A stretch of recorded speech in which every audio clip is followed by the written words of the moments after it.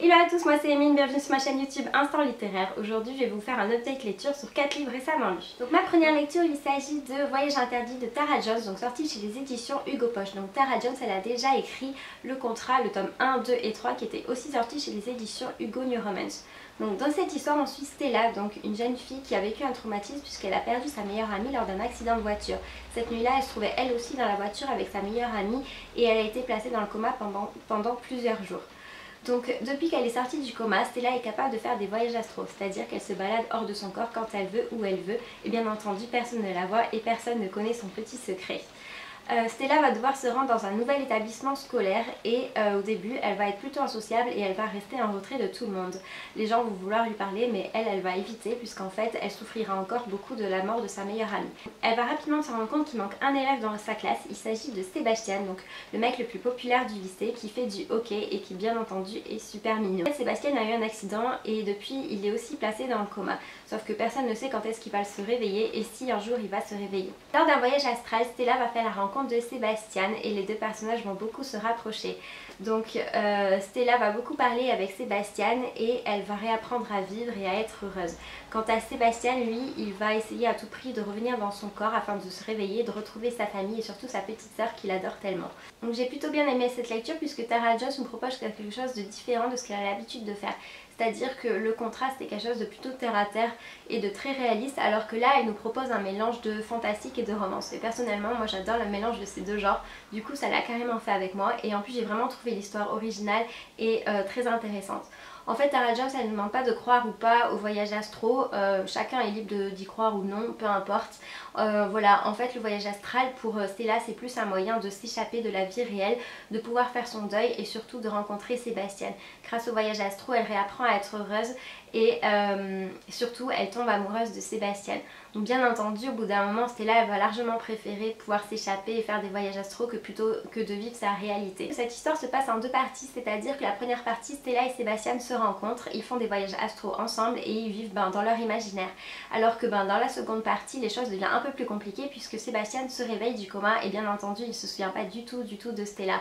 Et d'ailleurs il va même la prendre pour une folle puisque Stella va essayer de lui rappeler que si ils se connaissent et qu'ils se sont déjà rencontrés, etc. L'histoire est plutôt touchante puisqu'au début j'avais un peu peur que Stella soit complètement dépressive et qu'on ait le droit à tous les mélodrames du monde et que elle pleure tout le temps et que nous on soit mal à l'aise par rapport à la mort de sa meilleure amie. Et en fait pas du tout puisqu'on a énormément d'humour dans ce livre, l'histoire est vraiment très fraîche et Sébastien apporte vraiment une grosse touche d'humour au livre. En fait, on suit pendant tout le livre, on a le droit aux deux points de vue, c'est-à-dire que du coup, on fait la connaissance aussi bien de Stella que de Sébastien. On rentre dans la tête des deux personnages et ça nous permet de savoir ce qu'ils pensent l'un de l'autre. Et j'ai largement préféré en fait Sébastien parce que je l'ai trouvé très drôle.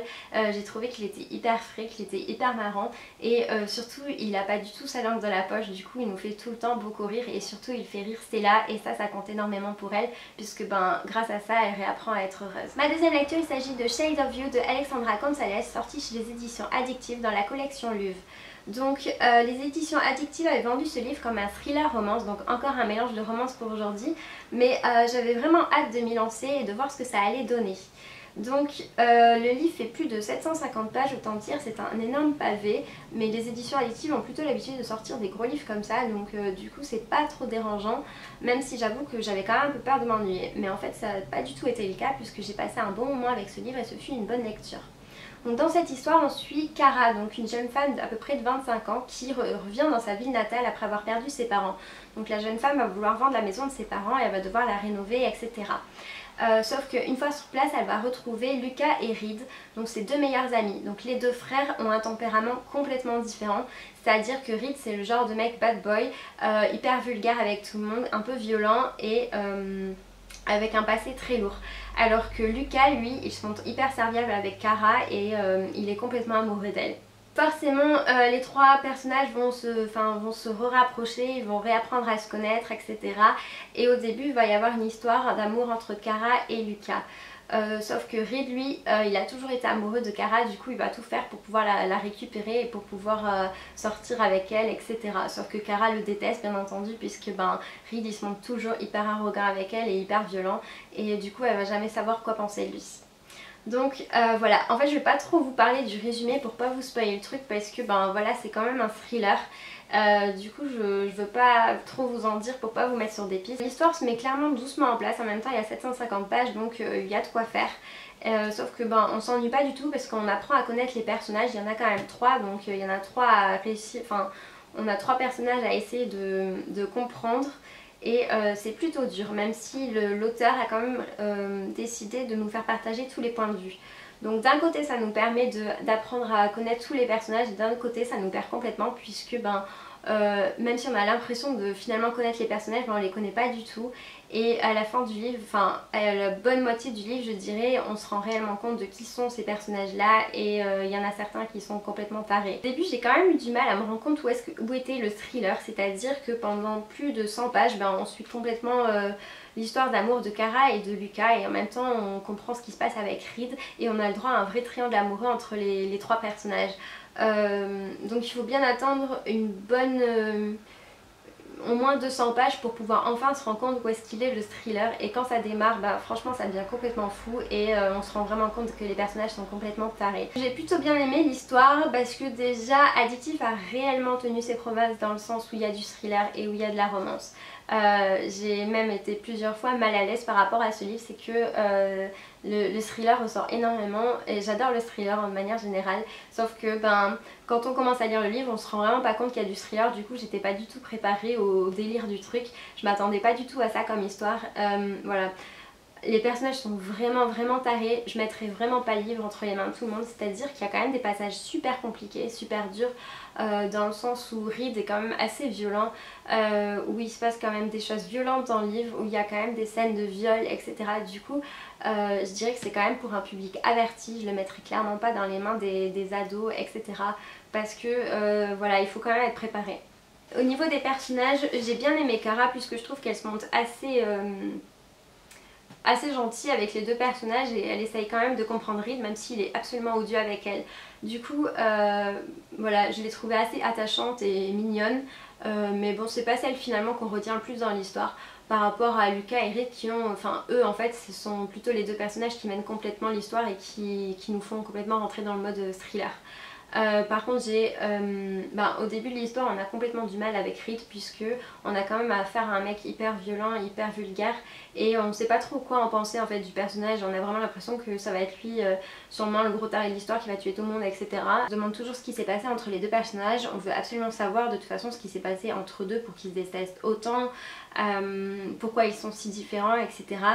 Et c'est dans leur enfance finalement qu'on découvre tout ça et du coup on voit l'importance que Alexandra elle nous fasse passer d'un point de vue à un autre en fait, parce que ça nous permet vraiment de pouvoir découvrir petit à petit ce qui se passe et finalement c'est à travers les points de vue qu'elle développe vraiment l'aspect thriller. Personnellement à la fin de cette histoire j'ai quand même été super bouleversée, c'est pour ça que je disais tout à l'heure qu'en effet il est pas à mettre dans les mains de tout le monde, c'est que on reste quand même pendant un petit moment attaché à l'histoire, on se remémore tout ce qui s'est passé et on se dit qu'il y a quand même des choses vraiment tarées et les personnages sont quand même, il y en a surtout un qui est vraiment effrayant et qu'on s'attendait pas du tout à ce qu'il devienne comme ça, etc. Du coup ouais, j'ai été vraiment, le livre m'a complètement pris, j'ai juste adoré et voilà, je pense que c'est une lecture dont je m'en souviendrai quand même pas mal et je pense que c'est une lecture que je pourrais très bien relire pour un peu plus analyser les personnages, pour pouvoir un peu comprendre s'il n'y avait pas des indices plus tôt, etc. Voilà, du coup c'était sympa. Ma 3e lecture, il s'agit de International Guy, donc le tome 3 sorti en août dernier chez les éditions Hugo Roman. Donc pour cette fois-ci on part à Copenhague au Danemark. Donc dans cette histoire on suit Parker Ellis qui s'en va du coup à Copenhague pour aider Christina, donc une jeune princesse qui doit bientôt diriger le pays et qui n'a pas du tout confiance en elle et qui ne veut pas avoir ces responsabilités là. Du coup afin de pas devenir reine, etc., elle décide de faire la fête tous les soirs, elle décide d'apparaître dans tous les tabloïds et de faire la une de tous les people. Donc pour ce 3e tome, Parker Ellis est encore seule à Copenhague, c'est-à-dire que Bo et Roy sont encore laissés de côté, ce qui est un peu dommage parce que j'aimerais bien qu'ils apparaissent plus souvent dans les histoires. Je trouve que le peu de fois où ils font des apparitions, c'est très léger, on n'en entend pas trop parler, on ne sait pas trop non plus ce qu'ils pensent voilà, ils sont tout le temps en arrière-plan et c'est un peu triste. Je trouve que limite ils n'existeraient pas, ben, ce serait la même chose au final, enfin ils nous manqueraient pas et c'est un peu triste du coup d'avoir développé autant de personnages pour pas les mettre en avant. Mais sinon je dois avouer que ce troisième tome c'est l'un de mes préférés, c'est-à-dire que pour une fois Parker Ellis il a vraiment une mission de taille et un vrai challenge. Pour la première fois de tous les tomes, il peut pas faire appel à ses atouts de beau gosse pour pouvoir draguer Christina et pour pouvoir faire d'elle absolument tout ce qu'il veut. Du coup il doit laisser la drague de côté, il doit laisser le côté sexe aussi, etc. puisque ben il est censé être casé avec Skyler et puis de toute façon Christina elle est amoureuse de quelqu'un d'autre, donc du coup il est hors de question pour elle de coucher avec Parker. Et en plus de ça, Christina elle a un sacré tempérament, elle déteste au début Parker, elle le laisse pas faire, etc. Et du coup j'ai trouvé que ça rendait l'histoire un peu plus piquante et que ben, Parker pour une fois il avait un vrai challenge et clairement on le voit, il galère pendant un bon moment avant de réussir à la toucher, avant de réussir à entrer dans sa tête et la comprendre. On rentre un peu dans l'univers royal, paillettes, etc. avec du coup ben, des princesses et des rois et on découvre un peu cet univers là. C'est-à-dire que ben, les parents de Christina sont clairement pas faciles avec elle, ils sont hyper autoritaires et la sœur de Christina, elle est, enfin c'est juste un cauchemar en fait. Du coup, personnellement j'ai absolument détesté aussi bien les parents de Christina que la sœur de Christina, j'ai pas du tout réussi à me mettre à leur place, j'ai pas du tout compris pourquoi ils étaient aussi autoritaires avec elle, surtout qu'à la base Christina elle devait pas du tout être reine, c'est vraiment un accident qui fait que du coup ben, elle va être reine. Mais c'était pas son but dans la vie, elle s'était jamais vue reine et je la comprends totalement dans le fait qu'elle veut pas diriger un pays parce que ben, c'était pas dans c'était pas dans ses plans en fait. On a du coup un univers assez dur autour de Christina dans le sens où tout le monde est assez méchant avec elle, où personne la comprend, où sa famille pense juste de toute façon à la couronne et rien d'autre, ils se mettent pas à sa place. Et du coup j'ai bien aimé que Audrey Carlan traite de cette manière là la royauté. Sinon je reste encore méfiante parce que on en est qu'au troisième tome, donc du coup j'ai pas trop envie de m'emballer encore sur cette série, même si pour le moment j'aime beaucoup et je trouve que plus ça va, plus les tomes sont bien, plus les missions sont complexes et qu'on se rend compte que Parker il a de plus en plus de mal à les finaliser ces missions là et du coup c'est plus divertissant je dirais. Le seul problème de ce troisième tome c'est que voilà ça fait 150 pages, c'est le problème des livres d'Audrey Carlan et c'est que je trouve que l'histoire elle est un peu trop vite clôturée, j'aurais voulu qu'il y ait peut-être 20 pages de plus autour du problème de Christina et que ce soit développé un peu plus doucement et qu'on apprenne plus et que ça rentre plus dans les détails. Je trouve que du coup elle a un peu envoyé rapidement les choses et que c'est un peu vite bâclé donc c'est dommage mais voilà, je pense que c'est les formats qui font ça et voilà. La fin du tome est absolument incroyable, c'est-à-dire que on retrouve les deux anciens personnages, donc Sophie de Paris et puis Skyler Paige de New York. Donc Skyler Paige est censée sortir avec Parker Ellis depuis le tome 2, donc ils sont censés être ensemble, ils sont censés être fidèles l'un l'autre. Du coup tous ces personnages là on les retrouve à la fin du livre et moi j'ai un petit coup de cœur pour Sophie, c'est-à-dire qu'à la fin du livre elle fout complètement sa merde. Donc en gros elle fait un peu foirer le couple Parker Ellis et Skyler Paige et j'ai trouvé ça plutôt bien dans le sens où je voulais pas qu'il y ait une romance qui débarque trop rapidement comme ça, je voulais pas que ce soit simple pour Skyler Paige et Parker Ellis et maintenant qu'on se rend compte que il a un peu tout fait foirer, j'ai vraiment hâte de voir comment il va faire pour rattraper ça parce que ça finit pas bien pour lui clairement là. Là on sent la rupture arriver en fait et on se demande comment il va faire pour rattraper les choses. En même temps c'est Parker, il est hyper charismatique et je pense qu'il va régler ça peut-être un peu trop facilement encore, on verra. Mais en tout cas j'ai bien aimé la fin du livre parce que voilà ça nous laisse quand même un petit suspense pour la suite et surtout ça brise un peu le couple trop facile Skyler Paige et Parker Ellis. Donc pour mon quatrième livre, il s'agit de The Curse, donc de Mary Rutowski, sorti chez les éditions Lumen. Donc ce livre, je l'ai vu se trimballer partout sur les réseaux sociaux et j'ai mis du temps avant de m'y lancer parce que j'avais vu des commentaires très mitigés, c'est-à-dire que les gens, c'est soit ils adoraient, soit ils détestaient. Du coup j'avais vraiment peur de m'y mettre, j'avais vraiment peur de voir ce que ça allait donner et j'avais peur de détester, je dois avouer aussi. Il faut savoir que The Curse, ça se passe vraiment pas dans notre univers à nous, c'est-à-dire que ça se passe bien loin de tout ce qu'on connaît. On rentre dans un royaume complètement différent et du coup on part complètement à l'inconnu en fait dans ce livre. Donc il faut se mettre à zéro, il faut se laisser aller et il faut s'ouvrir à cet univers. Donc dans ce livre on suit Crestel, donc la fille d'un général qui a 17 ans et qui doit faire un choix assez compliqué. c'est-à-dire que c'est soit elle doit se marier ou soit elle doit rentrer à l'armée. Le problème c'est que Christelle elle a pas envie de se marier et elle a pas non plus envie de rentrer à l'armée. Du coup elle est un peu coincée et elle sait pas quoi faire de sa vie et elle se pose énormément de questions. Christelle elle est un peu traitée comme une princesse, c'est-à-dire qu'elle n'est pas libre de ses mouvements, elle doit toujours être accompagnée quand elle va quelque part et ça l'étouffe beaucoup, c'est-à-dire que on a quand même affaire à une fille assez intelligente, très stratège et très indépendante et du coup tout ce qui l'entoure ça l'étouffe et les gens sont pas forcément sincères avec elle et du coup ça l'épuise, elle a vraiment besoin d'avoir une personne avec qui parler et qui soit sincère avec elle et qui lui dise clairement les choses même si ça doit la vexer. Un jour, Christelle va décider de se rendre au marché et sous un coup de tête, elle va acheter un esclave. Donc cet esclave, il s'appelle Harin et il est supposé être bon chanteur et forgeron. Christelle va payer donc l'esclave assez cher et bien entendu toute la ville va se mettre à parler d'elle et de sa folie d'avoir acheté un esclave aussi cher. Dans un premier temps, Christelle va un peu ignorer Harin, c'est-à-dire qu'il va travailler dans l'écurie, il va faire des petits travaux etc. Mais elle ira pas beaucoup le voir. Et finalement au bout d'un moment les deux personnages vont beaucoup traîner ensemble. Harin va se montrer très franche avec Christelle et du coup c'est ça qui va faire que Christelle va plutôt bien l'apprécier. J'ai plutôt bien aimé, au début on connaît pas du tout l'histoire, on connaît pas du tout l'univers et du coup Marie Rutowski nous présente doucement tout ça, ce qui fait qu'on n'est pas perdu, ce qui fait qu'on découvre le peuple de Christelle et le peuple d'Harin. On se met en situation et on découvre ce qui s'est passé dans les deux royaumes. Du coup on apprend aussi un peu à connaître les personnages même si au final je suis pas sûre qu'on peut dire qu'à la fin du livre on connaisse vraiment Harin et qu'on connaisse encore Christelle. Voilà, je trouve que Marie Rutowski a gardé énormément de suspense autour de Harin. On ne sait pas encore qui il est vraiment à la fin de l'histoire et on ne connaît pas encore toutes ses pensées donc voilà, elle a quand même gardé beaucoup de mystère pour la suite et ça c'est plutôt bien. Donc je dirais qu'au niveau des personnages, je peux pas dire que je sois attachée à eux parce que on a quand même Christelle qui est traitée comme une princesse et qui traite tout le monde comme si elle était une princesse, c'est-à-dire qu'elle a plein de gens qui travaillent pour elle et elle leur parle pas forcément bien tout le temps, elle manque quelquefois de tact. On ressent quand même que elle montre bien qui elle est et on ressent quand même qu'elle veut être supérieure aux autres. Donc voilà.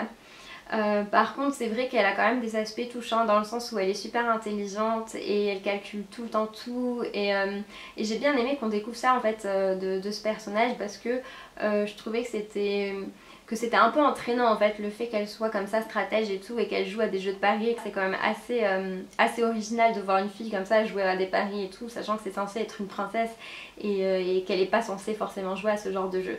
En plus de ça, elle fait aussi de la musique, elle n'est pas non plus censée faire de la musique puisque justement dans ce livre là la musique c'est pas réservé à la royauté du tout, c'est plutôt réservé aux esclaves et les princesses n'ont pas à jouer en fait de l'instrument, ils sont censés laisser faire ça aux esclaves.